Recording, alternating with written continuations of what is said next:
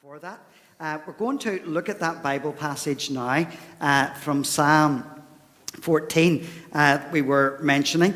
And as I've said before, I am not an apologetic speaker by any stretch of the imagination, and a lot of this might be beyond me mentally and intellectually and whatever it is. The essence of where I'm coming from in this passage is the very first verse of Psalm 14. That place which is very different from the people that we encounter, because most people, of course, say, well, God doesn't exist, God's not real, and yet the verdict of the Bible, very clearly, Psalm 14, verse 1, it says, "The fool says in his heart, there is no God." So the Bible is saying it's the fool who is saying that there is no God. I'm going to try and use then that verse to get us think tonight about where we ourselves might find certainty. How can I be certain? How can I have a degree of confidence in what I believe, and what I believe about God, what I believe about the Bible? And that's a huge topic, and yet people might say, again, there's loads of big topics that we can talk about this evening. I mean, we could talk about security and where we find security, because that's a very relevant topic in our modern age and society, particularly when there's more rumors and talks of wars and countries fighting countries and Soviet espionage and all these things. And so we might say, why not talk about security? Or what about Brexit and all the insecurity and things that come with that? And yet I do believe having and finding a degree of certainty in God really is an important consideration. Because whether we live in war or in peace, whether we are financially secure or whether we're completely at sea in regards to that, whether we are experiencing freedom or whether we're experiencing restrictions, what we think about God is fundamentally the most important thing, because that's the thing at the end of time, according to the scriptures, that's what the Lord himself is going to be looking at. What do you think about me? And so I think it is fundamental. What does the Bible imply when it calls someone a fool? We think about a fool, and maybe one of the words that we might have is a numpty, or whatever it is. I mean, what exactly are we to understand by that? Perhaps a good description of what the Bible thinks a fool is found in Isaiah chapter 32, verse 6. It says here that fools speak folly, their hearts are bent on evil, they practice ungodliness, they spread error concerning the Lord, the hungry they leave empty, and from the thirsty they withhold water. So when the Bible is describing someone as a fool, they're not simply thinking about their intellectual capability, whether they're smart or whether they're stupid, if we might describe it in that way. But really, it's someone who is living in a very anti-God, aggressively anti-God in their lives. And we note, even going back to Psalm 14, verse 1, where does the fool say that there is no God? If you read it here, it says, the fool says in his heart. In other words, this is not, it may well be spoken, but it's not always something that is spoken. There is something, and it's a framework of living, it's a framework of reference, it's what someone thinks that impacts how they live, it impacts how they interact with other people. It's all those interactions and how they come together, and that if we understand the heart is the wellspring and the command center of an individual, the psalmist is here, it says it's here that we find out what someone really thinks, and how someone actually behaves and what someone thinks is important. So as we look at someone's heart and how that impacts what they say and how they live and what they do, it's in someone's heart that we find their creed. It's their framework of reference through how we look and understand everything. And the Bible says the fool is the one who refuses to believe in God. So that's the Bible's thinking of that. And yet the people that you meet, people that you're in school with, people you work with, people you live with, they are actually going to say to you, probably, that you are a fool if you believe in God. Because most people probably have this idea that the Bible is nothing more than fairy tales. And furthermore, people who don't have any regard for God and they think that it is made up in that sense, they're also going to say that if you believe in Jesus, if you believe in the God of the Bible, they will say, you're the one who is blinded, you're the one who can't see outside of this, and that you refuse to see these broader objective realities. And sometimes, of course, we listen to these things. It's probably the people who are younger here will face these difficulties, because it's probably in subjects like RE and some of the others in school where people are having discussions.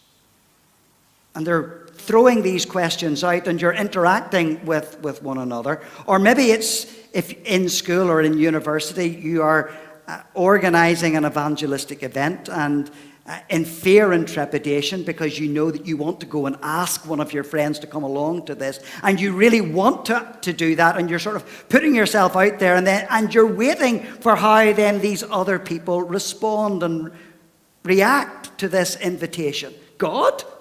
But I really want to come and hear about that. Or again, we read these things as opinion pieces in newspapers and magazines, and people are very forthright in saying that there is no such thing as God. And so when we hear these things, when we at times run away from how people interact with us on these issues, it undermines our own confidence, because at times, well, we say, well, that person's reasonably clever, and they speak better than I do, and they are able to argue much more in a more superior way than I can. And so we at times then might actually begin to doubt ourselves. We might even begin to agree that there's something about what they're saying. And so when we have conversations with people who don't believe in God, who are quite aggressive about that, what they'll be saying to us really comes down to this. They'll say, you are the one. You're the one who needs to open your mind, because you refuse to accept and understand the world as it really is, that you're limited by your understanding and by your assumptions that you have in God. And if only you could get rid of those things, then you will be free. And yet, I go back to Psalm 14, verse 1, which says, the fool says in his heart, there is no God. And what I would answer to people who maybe suggest those things to me and to you is that no one is culture neutral in how they think. I mean, no one is free from the impressions that they have because of what they've come from or what they've grown up with, what they have been reading. There is no one who is free from any of this. And what that tells me, of course, is that sometimes when people refuse to believe in God, it's because they make a deliberate choice, because they don't want to admit that God might be real, because they have some assumptions, and those assumptions don't leave room for God, because if God was there, it's going to impact their life. Now, what I mean by that, and again, I have to say, I'm not really I've said 6 times already, I'm not really into the apologetics, but I've read a little bit in preparation for tonight. And take one philosopher, Aldous Huxley, for example. When he went into his first year philosophy class at university, he went into that class predisposed to not wanting to believe in God. He wanted his mind, in that sense, to be open and to be free from everything. He wanted to, at the very base level, say that God doesn't exist and that the Ten Commandments are nonsense and that life is meaningless. And then you would ask him, why? Why do you have that assumption to begin with? And he's honest enough to give his reason. And his reasoning was, there was a girl in that Philosophy 101 class, and I wanted to sleep with her. But if God was real, and if the Ten Commandments were real, then that would impact my life and my decisions. So therefore, I had made my judgments already. That was in my heart. So therefore, that was why I do not want to believe in God. So some people, when they come to God, they make this deliberate choice because they don't want God to exist, because they know if God exists, it impacts their life. And so that's what happens with some people. And yet, maybe even with the majority of people, sometimes it's not so much a blatant decision that they don't want to believe in God, but rather, I might call this just careless indifference. They couldn't care less. If I read verse 2 of Psalm 14, it says, "The Lord looks down from heaven on all mankind to see if there are any who understand, any who seek God." When God is looking down, who's he looking for? What's he looking for? He is wanting to see if there are any people who are seeking him. That is our society. You can imagine God peering down, looking at people and wondering, is there anyone out there who is seeking me, looking me? And we have an understanding, as I've been suggesting, that there are some people who will make this blatant decision that they don't want to believe in God. That's their fundamental decision. And there are others who maybe just couldn't care less. And we can be a little bit shaky at times, as I've already said. So how can we find a degree of certainty? I'm not going to help you very much this evening, possibly. If any of you have done philosophy, has anyone done the aspects of philosophy at university or anything? I'm in safe ground this evening. I did it for 1 year at college and I hated every second of it. There is, if you were to do philosophy at any aspect of either school or university, is that you, and many of the younger people in their religious instruction, religious studies curriculum will go through the arguments for the existence of God.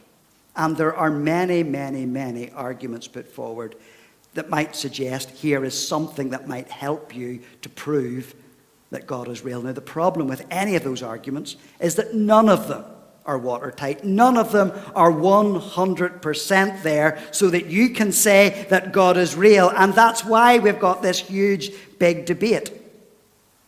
So there's not one argument that you can say this is going to show that God is real. No matter how we discuss that, no matter how long we talk about that. And again, as I said, I'm no big philosopher.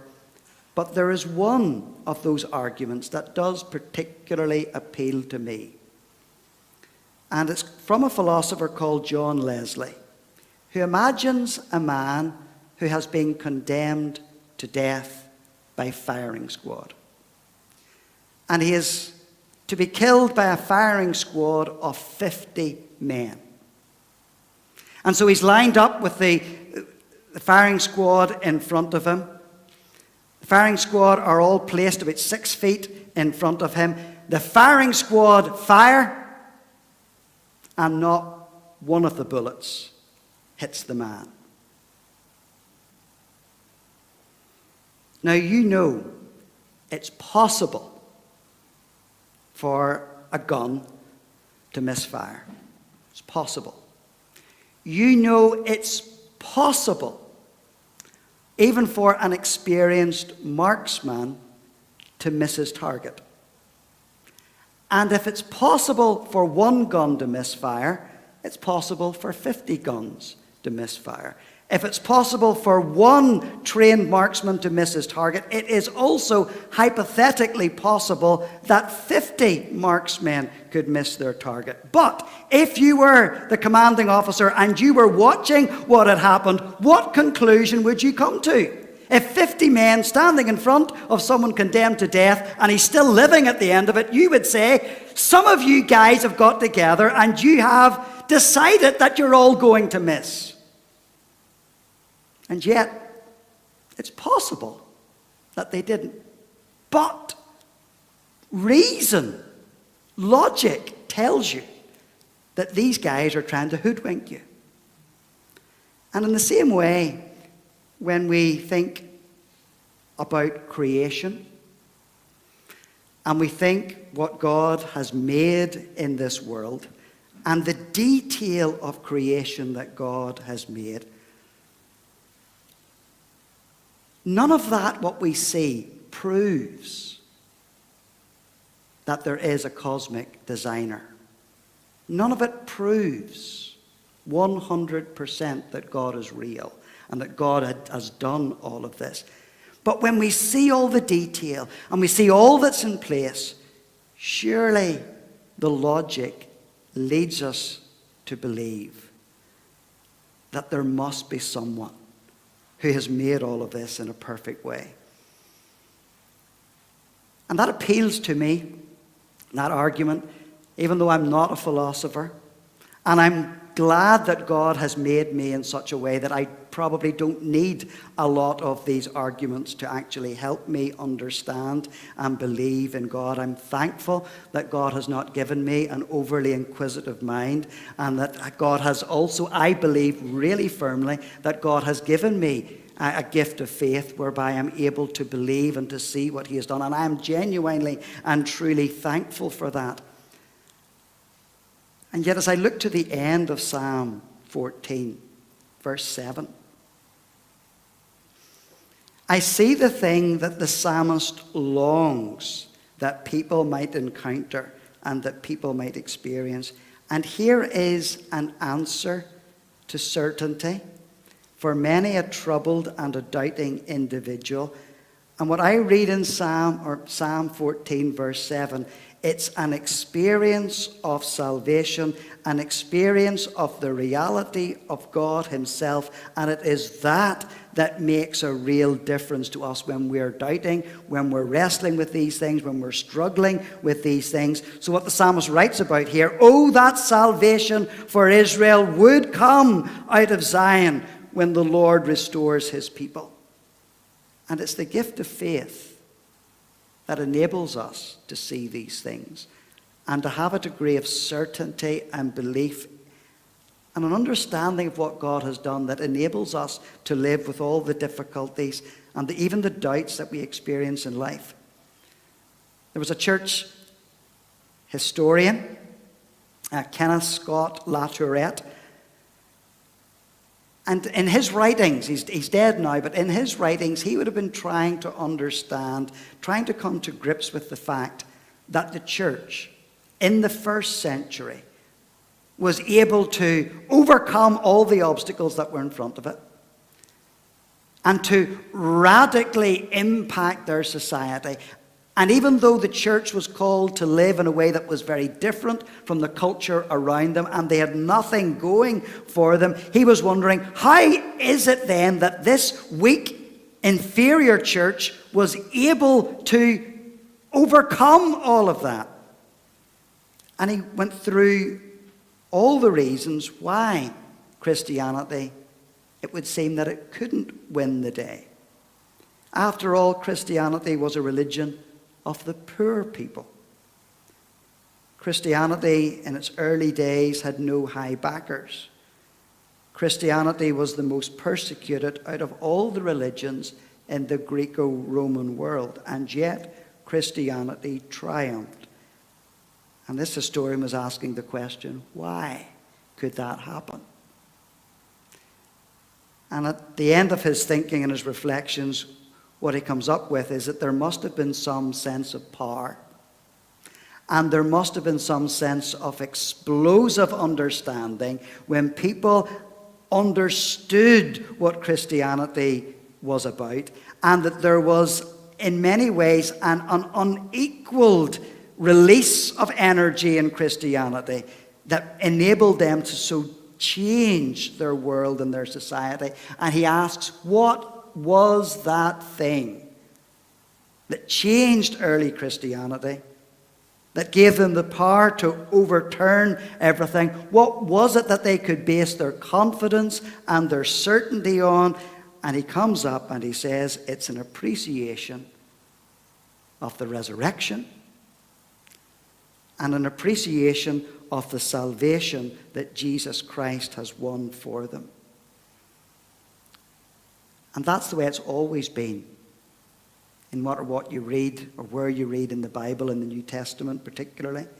You can think of John chapter 4 with the woman at the well, the woman who encountered Jesus.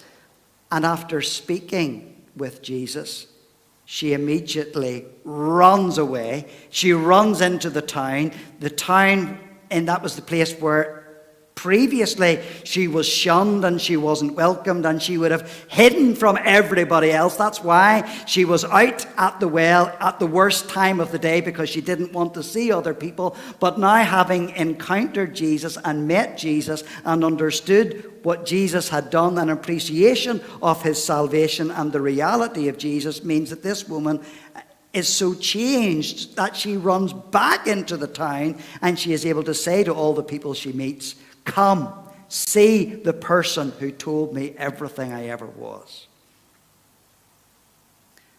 And I think that's the same for all of us.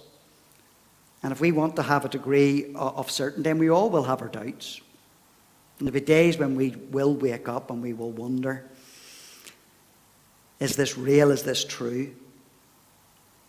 Especially when we hear situations that some of our friends are having to endure, what they're having to walk through. When we see on the world stage things happening, there will always be situations that do make us doubt. And it's hard to see the hand of God upon these things, but where this drives us back is really to what we believe about Jesus. And we understand that there is more written about Jesus as a person than many another person in history. So we have to have an understanding of what we think, who Jesus was and what he did. And when we look at the resurrection and the power of the resurrection and a personal appreciation of this salvation, it drives us back to say, this is where my certainty is. So that when God, going back to the beginning of this psalm, is looking down and he's looking for people who seek and people who are understanding, and he's wondering what's on our heart, we're not going to be the people who say in our hearts there is no God, because we have encountered God and we know the power and the reality of God in our lives. And just keeping perhaps with that resurrection theme as our final song this evening. And as we sing that, that's where our focus is, because this is truly what gives us a degree of certainty in life and a confidence for tomorrow, and that we keep looking to Jesus, an appreciation of our salvation, that Jesus Christ is risen. So, oh, what a morning, oh, how glorious, and a reminder that there is tea and coffee out in the welcome area immediately after we close.